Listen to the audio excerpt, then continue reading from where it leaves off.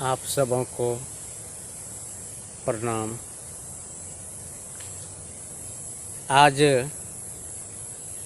एक नया विषय लेकर आया हूँ कि सत्य बड़ा है या कि तर्क।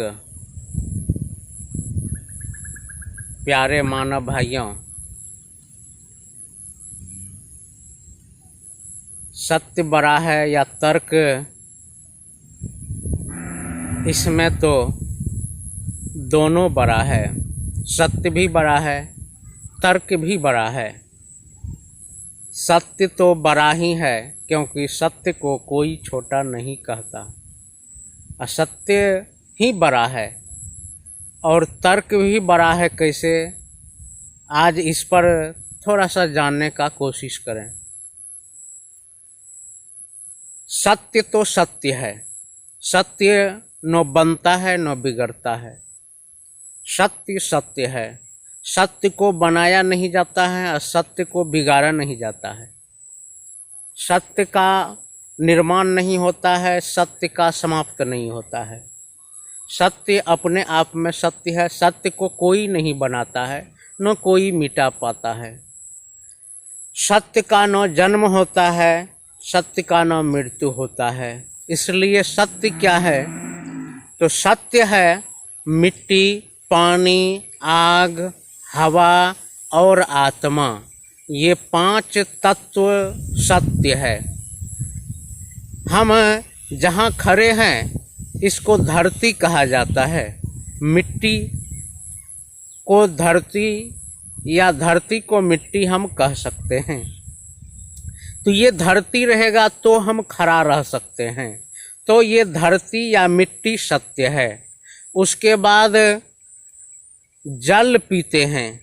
जल नहीं रहेंगे तो हम जी नहीं पाएंगे। तो पानी या जल ये भी सत्य है क्योंकि इसके बिना हमारा जीवन नहीं चलता है। उसके बाद हवा, हवा यदि नहीं रहेंगे तो हमारा जीवन नहीं चलेगा। ये श्वास नहीं चलेगा, ये जीवन नहीं चलेगा। हवा नहीं रहेगा तो तुरंत मर जाएंगे। तो ये हवा भी सत्य है। और आग, जिसको हम ऊर्जा भी कहते हैं, अग्नि या सूर्य को भी ऐसे अग्नि का स्रोत माना जाता है। वैसे तो ऊर्जा सब जगह है। तो ये अग्नि जो है ये भी सत्य है। ये अग्नि नहीं रहेंगे तो यहाँ पर जीवन संभव नहीं है। अग्नि के कारण हर जीव जीवन बसर करते हैं। हर जीव आग को ग्रहण करके या ऊर्जा को ग्रहण करके अपना जीवन बसर करते हैं। तो आग भी सत्य है।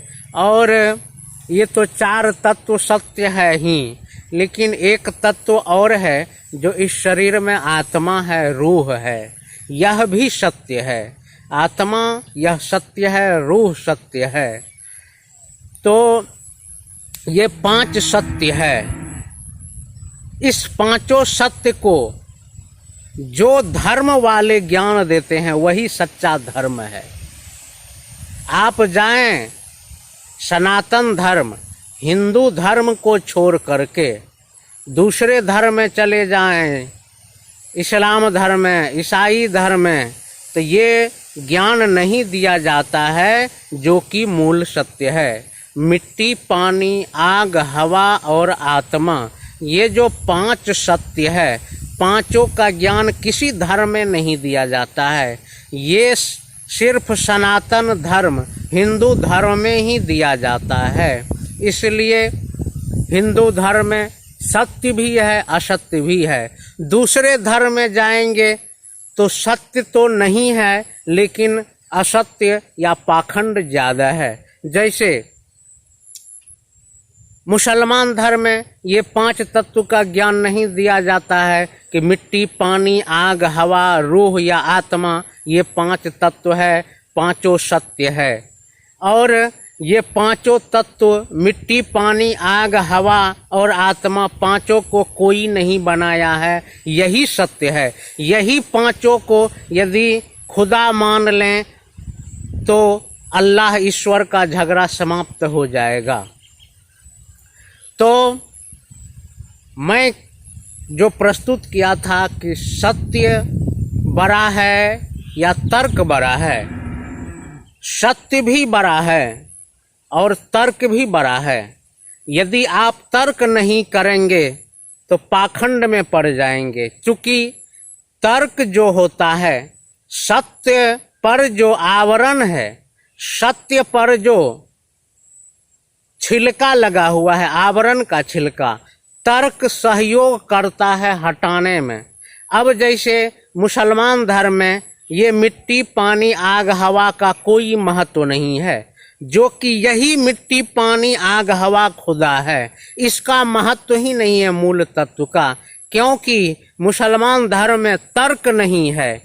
सनातन धर्म में तर्क भी है, सत्य भी है, इसलिए यहाँ पर सत्य भी है। जो तर्क नहीं करते वह पाखंड अर्थात असत्य को ही सत्य मान लेते हैं। तो मुसलमान धर्म में सत्य नहीं है, इसका पहला कारण है तर्क का महत्व नहीं देना, तर्क को महत्व नहीं देना। जैसे एक मौलवी मिल गया, रेल में सफ़र कर रहा था, तो मौलवी ने कहा कि दुनिया को खुदा ने बनाया है, दुनिया को अल्लाह ने बनाया है। मौलवी ऐसा सबों को बता रहे थे। तो वहाँ पर मैंने कहा ठीक है, आपका खुदा ने या अल्लाह ने दुनिया को बनाया है, सबको बनाया, तो शुगर को कौन बनाया? तो वह मौलवी फंस गया चक्कर में। अंत में कहना पड़ा शुगर को भी अल्लाह ने खुदा ने बनाया है। तो मैंने कहा कि शुगर को जब अल्लाह ने खुदा ने बनाया तो जन्नत में गया कि जहन्नम में? अब वह मुसलमान चक्कर में मौलवी पड़ गया कि खुदा ने शुगर को बनाया तो जन्नत में गया कि जहन्नम में गया, तो इसका वह निर्णय कर ही नहीं पाते थे।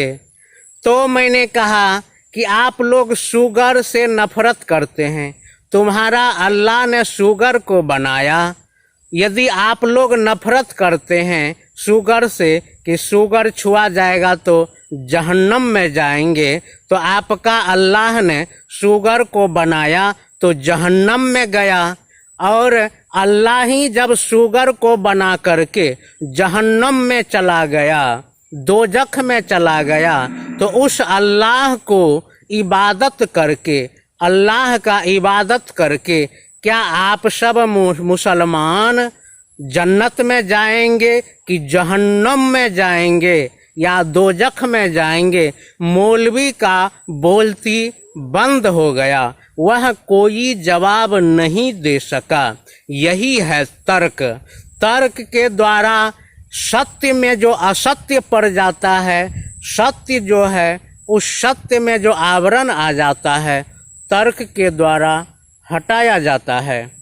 तो यदि वह मौलवी के पास यदि तर्क शक्ति होता तो वह कहता कि इस दुनिया को कोई नहीं बनाया, ये मिट्टी पानी आग हवा और आत्मा ये सब दिन से है, सदा से है, दुनिया को कोई नहीं बनाया, तो शुगर को भी अल्लाह ने नहीं बनाया।